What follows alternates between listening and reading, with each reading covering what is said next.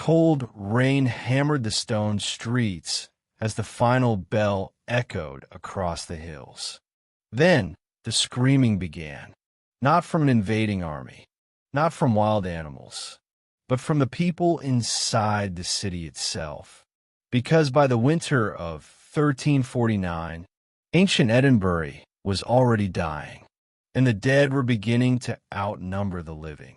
Long before modern Scotland existed, before towering castles, before tourists filled the narrow alleyways, there stood a brutal city of smoke, disease, war, and secrets. A city built on volcanic rock. A city that watched kings rise, traitors burn, and entire bloodlines disappear into darkness. But beneath the beauty of modern Edinburgh lies something older, something buried, forgotten tunnels, hidden chambers, ancient graves sealed behind stone, and a terrifying question historians still argue about today.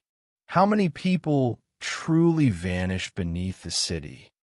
Ancient Edinburgh was never supposed to survive. The land itself was hostile. Jagged black rock erupted from the earth millions of years earlier, forming a natural fortress surrounded by steep cliffs and swampy ground. Most settlements avoided places like this, but humans are strange. Where others saw death, they saw protection. And sometime around the Iron Age, people climbed onto that volcanic ridge and built the first version of the city. Small at first, primitive, wooden huts pressed against brutal winds. But the location changed everything. Enemies could be seen from miles away. Invaders struggled to climb the rocky slopes. And slowly, generation after generation, the settlement grew stronger. Then came the Celts, then the tribes of ancient Britain, then the wars. Always the wars, because Edinburgh sat in the path of kingdoms that wanted control of the north. Roman forces pushed into Britain like an unstoppable machine. Village burned. Tribal leaders vanished. Entire cultures collapsed beneath Roman discipline. But the northern territories resisted harder than Rome expected. The land fought back. The weather fought back.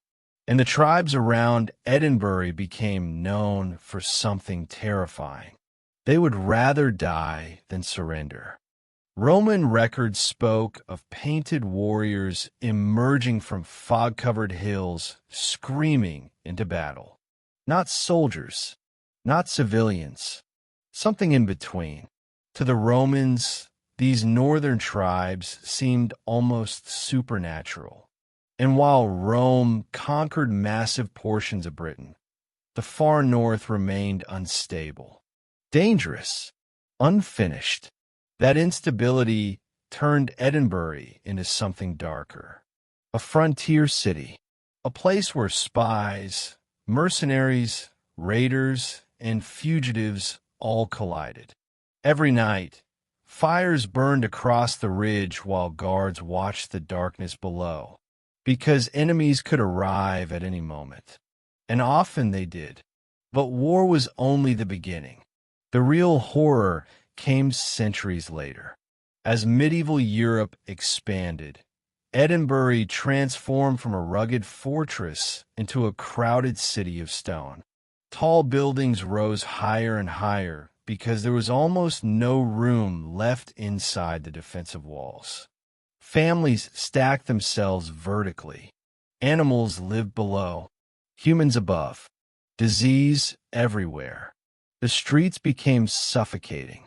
Narrow alleyways trapped smoke, waste, and rot between towering structures that blocked sunlight for most of the day.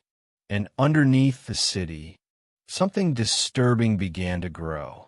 Vaults, tunnels, hidden chambers beneath the streets.